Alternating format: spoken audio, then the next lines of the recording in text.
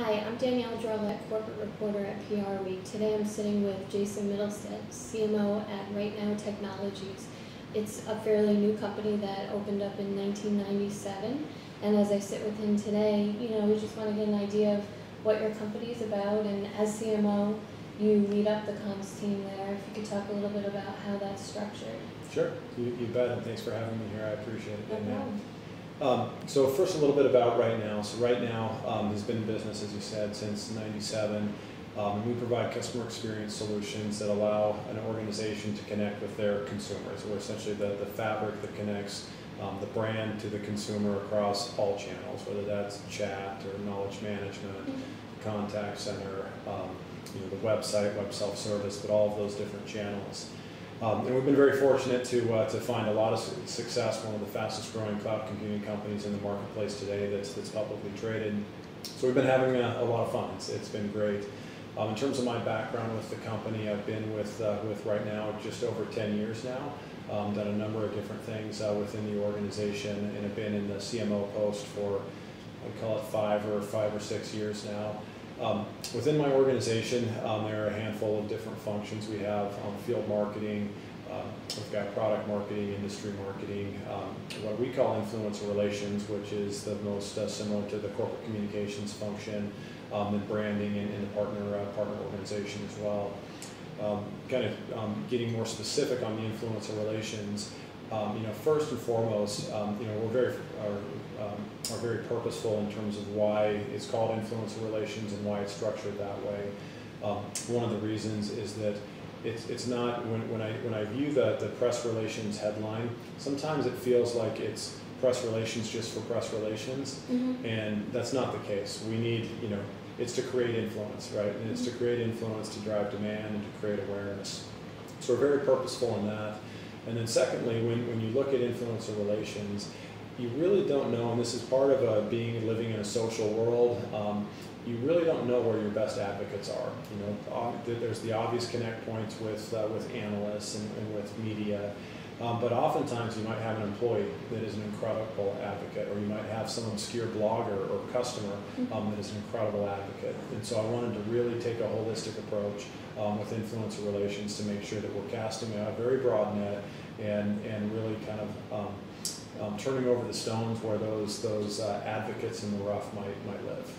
Great. Are there, in terms of communications, are there any new trends that you're seeing specific to the technology sector?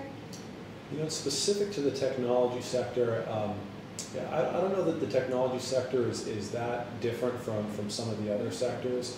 I think the same trends that are influencing technology are influencing the others as well.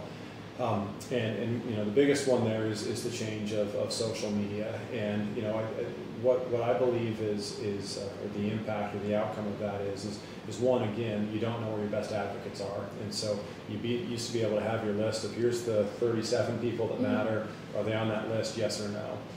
You can't do that anymore. The person that you've never heard of might again be an incredible influencer for you. So you have to cast a broader net, and I think dig deeper in terms of where you spend your time. And in fact, I'd probably expand on that a little bit, that there are many places to spend your time in influencer relations. I mean, there's more people to talk to than you could ever talk to. And so I think you really need to have a really good sense for where the real opportunity is, where the real influence is, and where it isn't. Great.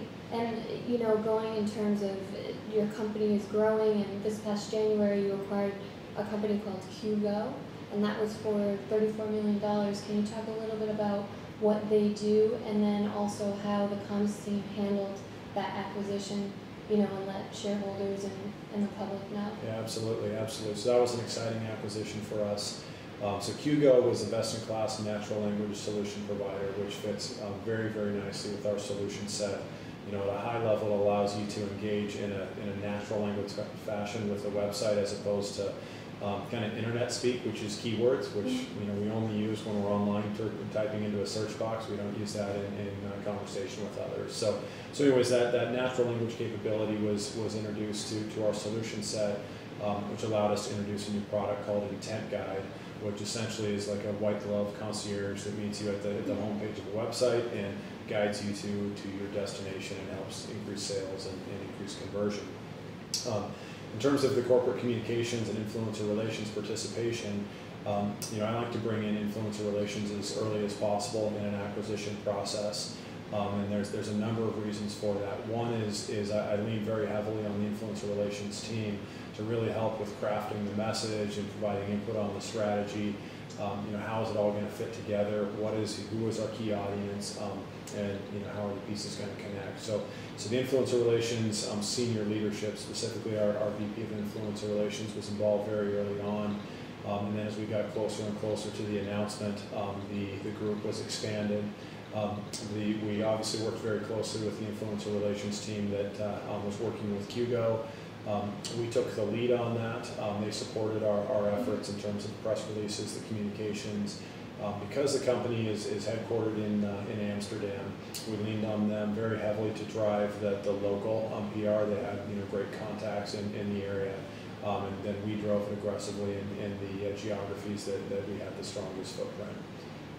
But as a result of that, we have or are in the process of expanding our press footprint in the broader Benelux region.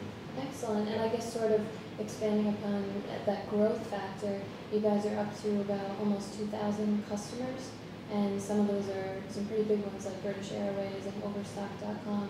What do you see looking ahead, how your comms team can handle that growth? Yeah.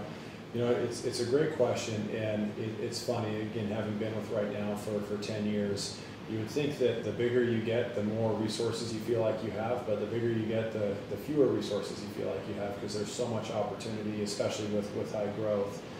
And so really for all of RightNow, all of marketing and all of influencer relations, the key is focus, is really identifying what's going to have the most impact, what's aligned with the strategy and the core messages, and what do we need to drive to the market.